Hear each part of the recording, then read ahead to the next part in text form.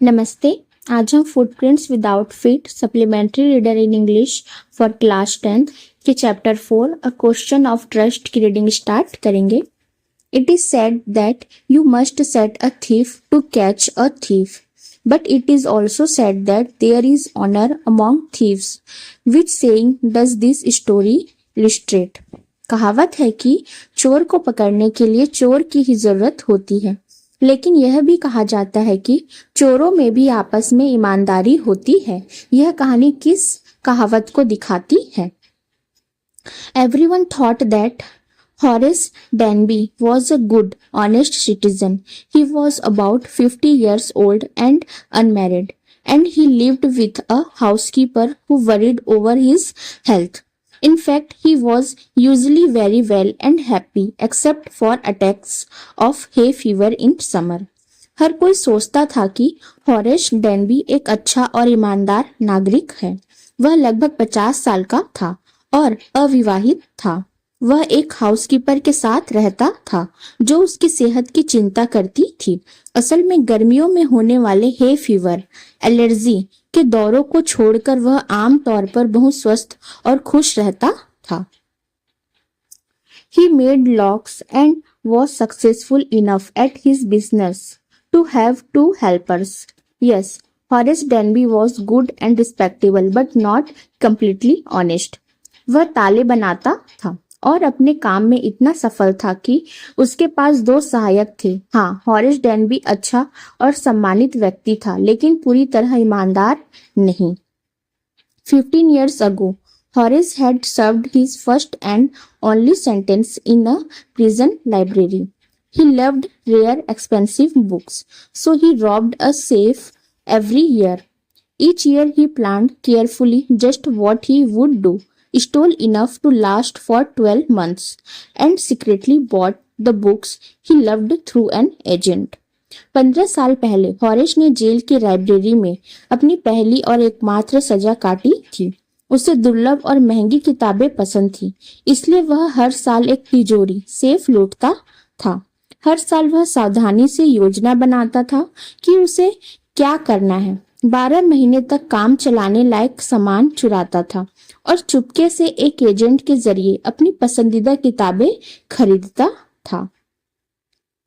Now walking in the bright July sunshine, he felt sure that this year's robbery was going to be as successful as all the others. For 2 weeks, he had been studying the house at Shotover Grange, looking at its room, its electric wiring, its paths, and its garden. अब जुलाई की तेज धूप में चलते हुए उसे यकीन था कि इस साल की चोरी भी पिछली चोरियों की तरह ही सफल होगी। 2 हफ्तों से वह शॉर्ट ओवर ग्रेंज वाले घर का अध्ययन कर रहा था। उसके कमरों, बिजली की वायरिंग, रास्तों और बगीचे को देख रहा था। This afternoon, the 2 servants who remained in the Grange while the family was in London had gone to the movies. Horace saw them go, and he felt happy in spite of a little tickle of hay fever in his nose. He came out from behind the garden wall, his tools carefully packed in a bag on his back. आज दोपहर वे 2 नौकर जो परिवार के London में होने पर grange में ही रहते थे, फिल्म देखने गए थे। हॉरेस ने उन्हें जाते हुए देखा और नाक में हे फीवर की हल्की सी खुजली के बावजूद वह खुश था। वह बगीचे की दीवार के पीछे से बाहर निकला। उसके औजार उसकी पीठ पर बंधे बैग में सावधानी से रखे हुए थे। There were about 15,000 pounds worth of jewels in the Grange safe. If he sold them one by one, he expected to get at least 5,000, enough to make him happy for another year. There were 3 very interesting books coming up for sale in the autumn. Now he would get the money he wanted to buy them. Grange की तिजोरी में लगभग 15,000 pound कीमत के गहने थे।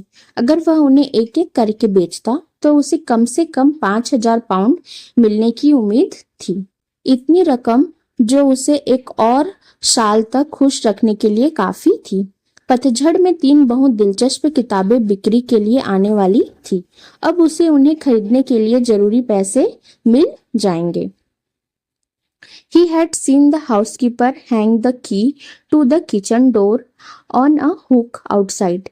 He put on a pair of gloves, took the key and opened the door. He was always careful not to leave any fingerprints. उसने housekeeper को रसोई के दरवाजे की चाबी बाहर एक हुक पर लटकाते हुए देखा था। उसने दस्ताने पहने, चाबी उठाई और दरवाजा खोला। वह हमेशा इस बात का ध्यान रखता था कि कोई उंगलियों के निशान ना छूटे। A small dog was lying in the kitchen. It stirred, made a noise and moved its tail in a friendly way. रसोई में एक छोटा कुत्ता लेटा हुआ था। वह हिला, उसने आवाज की और दोस्ताना अंदाज में अपनी पूंछ हिलाई। All right, Sherry, Horace said as he passed. All you had to do to keep dogs quiet was to call them by their right names and show them love. ठीक है शेरी, हॉरेस ने पास से गुजरते हुए कहा। कुत्तों को शांत रखने के लिए बस उन्हें उनके सही नाम से बुलाना और उनसे प्यार जताना काफी होता है। The safe was in the drawing room behind a rather poor painting. Horace wondered for a moment whether he should collect pictures instead of books, but they took up too much room. In a small house, books were better. तिजोरी drawing room में एक साधारण सी painting के पीछे रखी थी। Horace ने एक पल के लिए सोचा कि क्या उसे किताबों की जगह तस्वीरें जमा करनी चाहिए, लेकिन उनमें बहुत ज्यादा जगह लगती थी। छोटे घर में किताबें ही बेहतर थी। There was a great bowl of flowers on the table and Horace felt his nose tickle. He gave a little sneeze and then put down his bag. He carefully arranged his tools. He had 4 hours before the servants returned. मेज पर फूलों का एक बड़ा सा कटोरा रखा था और हॉरेस को अपनी नाक में गुदगुदी महसूस हुई। उसने धीरे से छींका और फिर अपना बैग नीचे रख दिया। उसने सावधानी से अपने औजार जमाए। नौकरों के लौटने से पहले उसके पास 4 घंटे का समय था। The safe was not going to be hard to open after all. He had lived with locks and safes all his life. The burglar alarm was poorly built. He went into the hall to cut its wire. He came back and sneezed loudly as the smell of the flowers came to him again. Chef खोलना मुश्किल नहीं होने वाला था। आखिर वह पूरी जिंदगी ताले और सेफ के साथ रहा था। बर्गलर अलार्म खराब बना हुआ था। वह उसका तार काटने के लिए हॉल में गया। वह वापस आया और जोर से चीखा क्योंकि उसे फिर से फूलों की खुशबू आ रही थी। How foolish people are when they own valuable things, Horace thought. A magazine article had described this house, giving a plan of all the rooms and a picture of this room. The writer had even mentioned that the painting hid a safe. Horace ने सोचा, जब लोगों के पास कीमती चीजें होती है तो वे कितने बेवकूफ होते हैं। एक मैगजीन के आर्टिकल में इस घर के बारे में बताया गया था जिसमें सभी कमरों का प्लान और इस कमरे की एक तस्वीर दी गई थी। लिखने वाले ने यह भी बताया था कि पेंटिंग में एक सेफ छिपा है। But Horace found that the flowers were hindering him in his work. He buried his face in his handkerchief. लेकिन हॉरेस को लगा कि फूल उसके काम में रुकावट डाल रहे हैं। उसने अपना चेहरा रुमाल में छिपा लिया। Then he heard a voice say from the doorway, "What is it? A cold or hay fever?" फिर उसने दरवाजे से एक आवाज सुनी, क्या है, सर्दी या hay fever? Before he could think, Horace said, "Hay fever," and found himself sneezing again. इससे पहले कि वह कुछ सोच पाता, हॉरेस ने कहा, "Hay fever," और उसे फिर से छींक आने लगी। The voice went on, "You can cure it with a special treatment. You know, if you find out just what plant gives you the disease. I think you'd better see a doctor if you are serious about your work. I heard you from the top of the house just now." आवाज आगे बोली, आप इसे एक खास इलाज से ठीक कर सकते हैं। अगर आपको पता चल जाए कि यह बीमारी किस पौधे से हो रही है, मुझे लगता है कि अगर आप अपने काम को लेकर सीरियस हैं तो आपको डॉक्टर को दिखाना चाहिए। मैंने अभी आपको घर की छत से सुना। It was a quite kindly voice, but one with firmness in it. A woman was standing in the doorway, and Sherry was rubbing against her. She was young, quite pretty, and was dressed in red. She walked to the fireplace and straightened the ornaments there. यह एक शांत अच्छी आवाज थी, लेकिन उसमें मजबूती थी। एक औरत दरवाजे पर खड़ी थी और शेरी उससे रगड़ रही थी। वह जवान थी, काफी सुंदर थी और लाल कपड़े पहने हुए थी। वह फायरप्लेस के पास गई और वहां गहने ठीक किए। Down, Sheri, she said, anyone would think I'd been away for a month. She smiled at Horace and went on. However, I came back just in time, though I didn't expect to meet a burglar. नीचे, शेरी, उसने कहा, कोई भी सोचेगा कि मैं एक महीने से बाहर थी। वो हॉरिश को देखकर मुस्कुराई और बोली, लेकिन मैं ठीक समय पर वापस आ गई। हालांकि मुझे उम्मीद नहीं थी कि कोई चोर मिलेगा। Horace had some hope because he seemed to be amused at meeting him. He might avoid trouble if he treated her the right way. He replied, I didn't expect to meet one of the family. हॉरेश को कुछ उम्मीद थी क्योंकि वह उससे मिलकर खुश लग रही थी। अगर वह उसके साथ सही तरीके से पेश आता तो वह मुसीबत से बच सकता था। उसने जवाब दिया, मुझे उम्मीद नहीं थी कि मैं परिवार के किसी सदस्य से मिलूंगा। She nodded. I see. What an inconvenience it is for you to meet me. What are you going to do? उसने सिर हिलाया। मैं समझती हूँ कि मुझसे मिलने में आपको कितनी परेशानी हो रही है। अब आप क्या करने वाले हैं? Horace said, my first thought was to run. Horace ने कहा, मेरा पहला ख्याल भागने का था. Of course you could do that, but I would telephone the police and tell them all about you. They get you at once. बेशक तुम ऐसा कर सकते हो, लेकिन मैं पुलिस को फोन करके तुम्हारे बारे में सब कुछ बता दूंगी. वे तुम्हें तुरंत पकड़ लेंगे. Horace said, I would of course cut the telephone wires first and then. He hesitated, a smile on his face. I would make sure that you could do nothing for some time. A few hours would be enough. Harish ने कहा, बेशक मैं सबसे पहले telephone के तार काट देता और फिर. वह थोड़ा हिचकिचाया, चेहरे पर मुस्कान लिए बोला, मैं यह पक्का करता कि तुम कुछ समय तक कुछ ना कर पाओ. कुछ घंटे काफी होते. She looked at him seriously. You'd hurt me. उसने गंभीरता से उसकी ओर देखा. तुम मुझे चोट पहुंचाते. Horace paused and then said, I think I was trying to frighten you when I said that.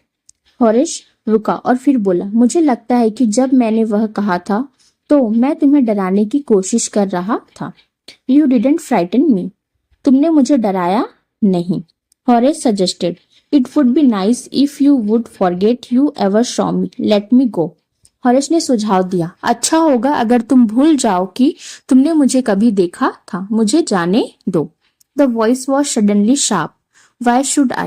You were going to rob me. If I let you go, you'll only rob someone else. Society must be protected from men like you. उसकी आवाज अचानक तीखी हो गई. मैं ऐसा क्यों करूं? तुम मुझे लूटने वाले थे. अगर मैंने तुम्हें जाने दिया तो तुम किसी और को लूटोगे. तुम जैसे लोगों से समाज को बचाना जरूरी है. Horace smiled. I am not a man who threatens society. I steal only from those who have a lot of money. I steal for a very good reason, and I hate the thought of prison. Horace मुस्कुराया, मैं ऐसा आदमी नहीं हूँ जो समाज के लिए खतरा हो. मैं सिर्फ उन्हीं लोगों के यहाँ चोरी करता हूँ जिनके पास बहुत पैसा होता है. मैं बहुत अच्छी वजह से चोरी करता हूँ और मुझे जेल जाने का ख्याल तक पसंद नहीं है. She laughed and he begged, thinking that he had persuaded her. Look, I have no right to ask you for anything, but I am desperate. Let me go and I promise never to do this kind of thing again. I really mean it.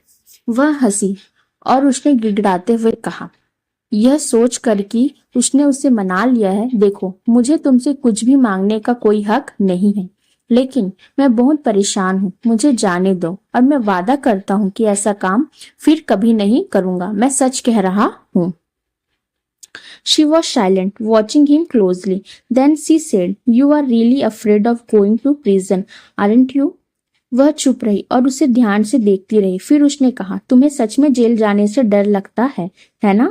She came over to him, shaking her head. I have always liked the wrong kind of people. वह सिर हिलाते हुए उसके पास आई। मुझे हमेशा गलत तरह के लोग ही पसंद आए हैं। She picked up a silver box from the table and took a cigarette from it. Horace, eager to please her and seeing that she might help him, took off his gloves and gave her his cigarette lighter. उसने मेज से चांदी का एक डिब्बा उठाया और उसमें से सिगरेट निकाली। हॉरेस उसे खुश करने की कोशिश में और यह देख कर कि वह शायद उसकी मदद कर सकती है, अपने दस्ताने उतारे और उसे अपना सिगरेट लाइटर दे दिया। You will let me go. He held the lighter towards her. तुम मुझे जाने दोगी? उसने लाइटर उसकी ओर बढ़ाया। Yes, but only if you will do something for me. हाँ, लेकिन तभी जब तुम मेरे लिए कुछ करोगे। Anything you say. तुम जो कहोगी वही करूँगा। Before we left for London, I promised my husband to take my jewels to our bank, but I left them here in the safe. I want to wear them to a party tonight, so I came down to get them. But London जाने से पहले मैंने अपने पति से वादा किया था कि मैं अपने गहने बैंक में रख दूंगी, लेकिन मैं उन्हें यहीं तिजोरी में छोड़ आई। आज रात मुझे एक पार्टी में उन्हें पहनना है, इसलिए मैं उन्हें लेने नीचे आई थी। लेकिन Horace smiled. You forgotten the numbers to open the safe, haven't you? Horace मुस्कुराया। तुम तिजोरी खोलने का नंबर भूल गई हो, है ना? Yes, replied the young lady. हाँ, उस युवा महिला ने जवाब दिया। Just leave it to me and you'll have them within an hour, but I will have to break your safe. बस मुझ पर छोड़ दीजिए, 1 घंटे के अंदर वे आपको मिल जाएंगे, लेकिन मुझे आपकी तिजोरी तोड़नी पड़ेगी। Don't worry about that. My husband won't be here for a month, and I will have the safe mended by that time. उसकी चिंता मत कीजिए, मेरे पति 1 महीने तक यहाँ नहीं होंगे और तब तक मैं तिजोरी ठीक करवा लूंगी। And within an hour, Horace had opened the safe, given her the jewels and gone happily away. और 1 घंटे के अंदर हॉरेस ने सेफ खोल दिया, उसे गहने दे दिए और खुशी खुशी चला गया। For 2 days he kept his promise to the kind young lady. On the morning of the 3rd day, however, he thought of the books he wanted and he knew he would have to look for another safe, but he never got the chance to begin his plan. By noon, a policeman had arrested him for the jewels robbery at Shotover Grange. 2 दिन तक उसने उस अच्छी लड़की से किया अपना वादा निभाया, लेकिन तीसरे दिन सुबह उसे उन किताबों के बारे में सोचना पड़ा जो उसे चाहिए थी, और वह जानता था कि उसे दूसरी सेफ ढूंढनी होगी, लेकिन उसे अपना प्लान शुरू करने का मौका कभी नहीं मिला। दोपहर तक एक पुलिस वाले ने उसे शॉर्टओवर ग्रेंज में गहनों की लूट के लिए गिरफ्तार कर लिया। His fingerprints, for he had opened the safe without gloves, were all over the room, and no one believed him when he said that the wife of the owner of the house had asked him to open the safe for her. The wife herself, a grey-haired, sharp-tongued woman of 60, said that the story was nonsense. उसके fingerprint, क्योंकि उसने बिना gloves के safe खोली थी, पूरे कमरे में थी, और जब उसने कहा कि घर के मालिक की पत्नी ने उसे सेफ खोलने के लिए कहा था, तो किसी ने उस पर यकीन नहीं किया। खुद पत्नी, जो 60 साल की सफेद बालों वाली तीखी जवान वाली औरत थी, ने कहा कि यह कहानी बकवास है। Horace is now the assistant librarian in the prison. He often thinks of the charming, clever young lady who was in the same profession as he was and who tricked him. He gets very angry when anyone talks about honor among thieves. Horace अब jail में assistant librarian है। वह अक्सर उस charming चालाक लड़की के बारे में सोचता है जो उसी प्रोफेशन में थी जिसमें वह था और जिसने उसे धोखा दिया था। जब कोई चोरों में इज्जत की बात करता है तो उसे बहुत गुस्सा आता है। Victor Canning. ग्लॉसरी शब्दावली। Hay fever, a disorder affecting the nose and throat caused by allergy to pollen और डस्ट। नाक और गले को प्रभावित करने वाली एक बीमारी जो पराग या धूल से एलर्जी के कारण होती है। Read and find out. पढ़ें और पता करें। What does Horace Denby like to collect? Horace Denby को क्या इकट्ठा करना पसंद है? Answer, Horace Denby likes to collect rare and expensive books. यानी हॉरेस डेनबी को दुर्लभ और महंगी किताबें जमा करना पसंद है। Second, why does he steal every year? वह हर साल चोरी क्यों करता है? Answer, he steals once a year to get enough money to buy the rare books he loves to collect. वह साल में एक बार चोरी करता है ताकि उसे अपनी पसंद की दुर्लभ किताबें खरीदने के लिए काफी पैसे मिल सके। Read and find out. पढ़ें और पता करें। First, who is speaking to Horace Denby? Horace Denby से कौन बात कर रहा है? Answer, a young woman who pretends to be the owner of the house is speaking to Horace Denby.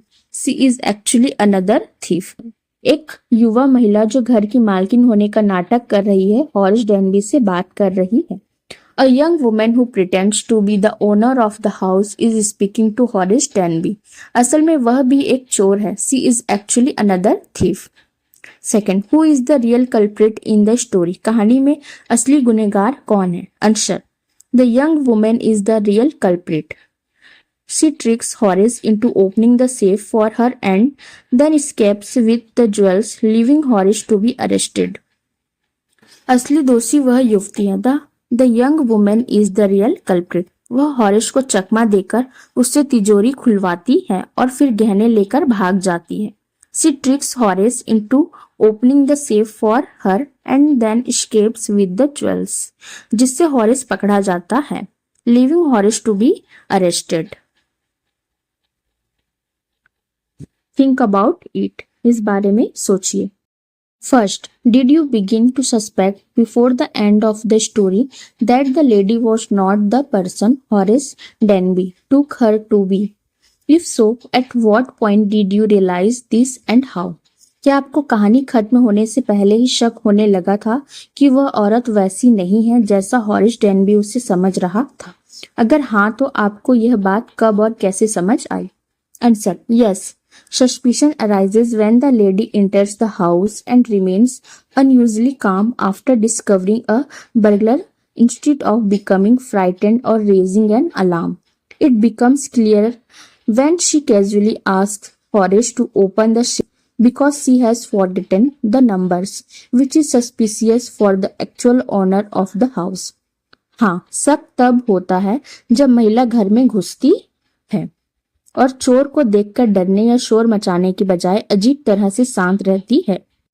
Yes, suspicion arises when the lady enters the house and remains unusually calm after discovering a burglar instead of becoming frightened or raising an alarm. बात तब और साफ हो जाती है जब वह Horace से आसानी से तिजोरी खोलने के लिए कहती है। It becomes clearer when she casually asks Horace to open the safe. क्योंकि वह नंबर भूल गई है। Because she has forgotten the numbers, जो घर के असली मालिक के लिए अजीब बात है। Which is suspicious for the actual owner of the house. Second, what are the subtle ways in which the lady manages to deceive Horace Denby into thinking she is the lady of the house? Why doesn't Horace suspect that something is wrong? वह औरत किन छोटे छोटे तरीकों से Horace Denby को यह धोखा देती है कि वह घर की मालकिन है? हॉरेस को शक क्यों नहीं होता कि कुछ गड़बड़ है? Answer, The lady behaves as if she is the owner of the house. She speaks confidently, behaves naturally, and tells Horace that she needs the jewels for a party.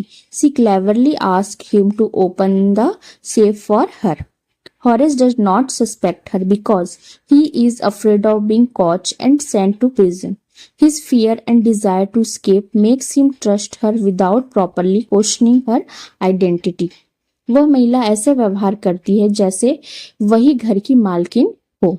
The lady behaves as if she is the owner of the house. वह आत्मविश्वास से बात करती है. She speaks confidently. सहज व्यवहार करती है और हॉरिस को बताती है कि उसे एक पार्टी के लिए गहनों की जरूरत है.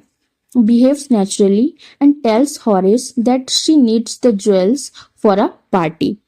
वह चालाकी से उससे तिजोरी खोलने के लिए कहती है.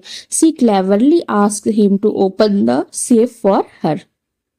हॉरिस को उस पर शक नहीं होता क्योंकि उसे पकड़े जाने और जेल भेजे जाने का डर होता है. Horace does not suspect her because he is afraid of being caught and sent to prison. उसके डर और भागने की इच्छा के कारण बिना उसकी पहचान के ठीक से जांच पड़ताल किए ही उस पर भरोसा कर लेता है. His fears and desire to escape make him trust her without properly questioning her identity. Third, Horace Denby was good and respectable, but not completely honest. Why do you think this description is apt for Horace? Why can't he be categorized as a typical thief? हॉरिस Denby अच्छा और इज्जतदार था लेकिन पूरी तरह ईमानदार नहीं था. आपको क्यों लगता है कि यह बात हॉरिस के लिए सही है? उसे एक आम चोर की कैटेगरी में क्यों नहीं रखा जा सकता? Answer.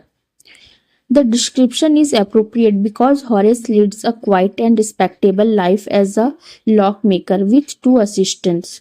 However, he is not completely honest because he secretly steals once a year.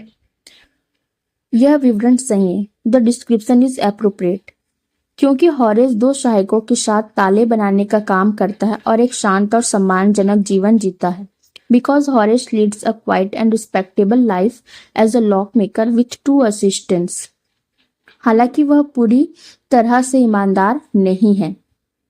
However he is not completely honest क्योंकि वह साल में एक बार चोरी करता है. Because he secretly steals once a year.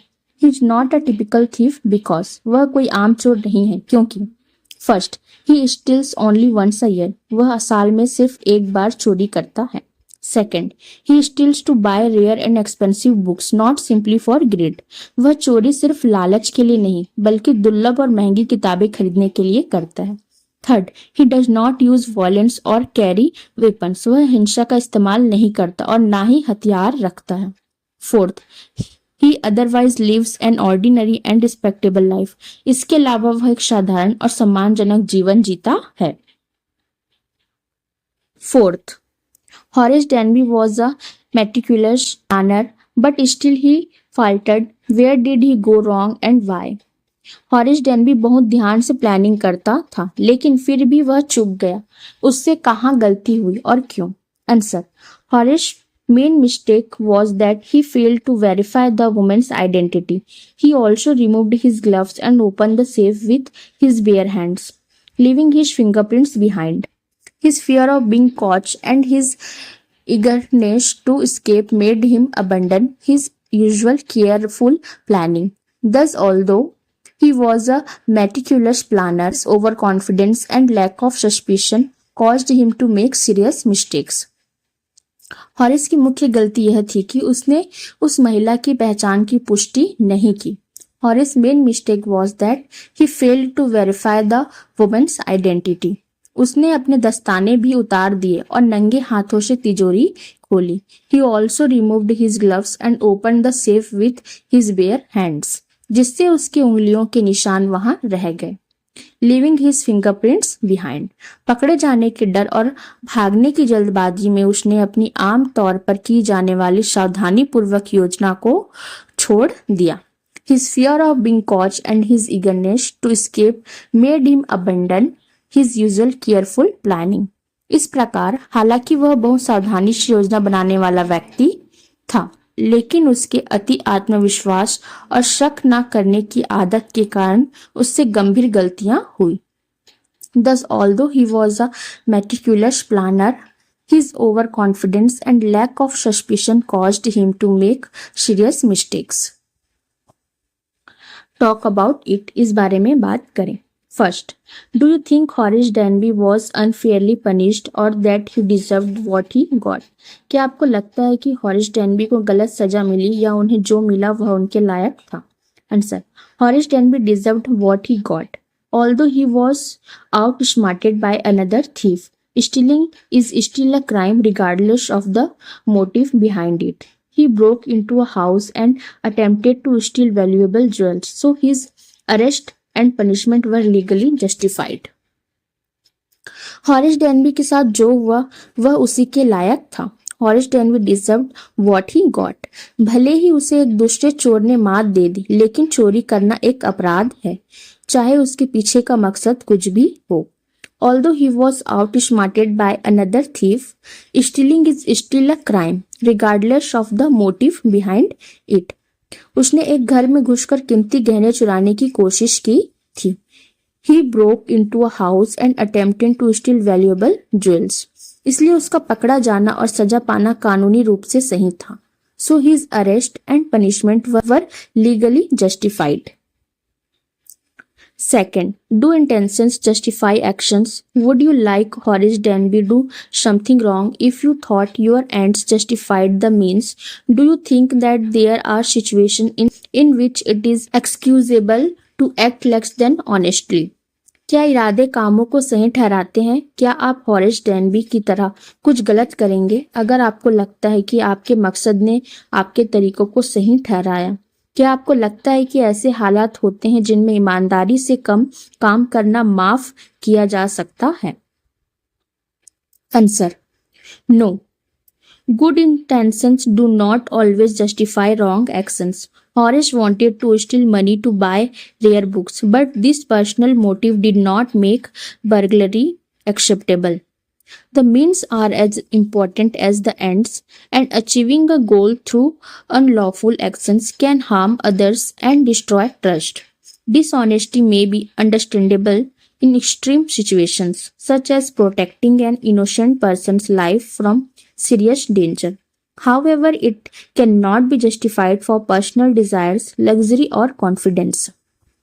नहीं, अच्छे इरादे हमेशा गलत कामों को सही नहीं ठहराते.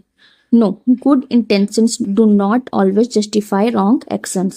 हॉरिस दुर्लभ किताबें खरीदने के लिए पैसे चुराना चाहता था, लेकिन इस निजी मकसद से चोरी करना सही नहीं हो जाता. Horace wanted to steal money to buy rare books, but this personal motive did not make burglary acceptable. मकसद जितना जरूरी है उसे पाने का तरीका भी उतना ही जरूरी है. गैर कानूनी तरीकों से लक्ष्य पाने से दूसरों को नुकसान हो सकता है और भरोसा टूट सकता है. The means are as important as the ends, and achieving a goal through unlawful actions can harm others and destroy trust. बेईमानी को कुछ खास हालत में समझा जा सकता है. Dishonesty may be understandable in extreme situations. जैसे किसी बेगुनाह की जान को बड़े खतरे से बचाने के लिए, such as protecting an innocent person's life from serious danger. लेकिन निजी इच्छाओं, ऐशो आराम या सुविधा के लिए इसे सही नहीं ठहराया जा सकता. However, it cannot be justified for personal desires, luxury or convenience. Suggested reading. पढ़ने के लिए सुझाव. First, The Unexpected by Ella Atkin. Second, The Confession by Anton Chekhov. Third, A Case for the Defense by Graham Greene. Okay.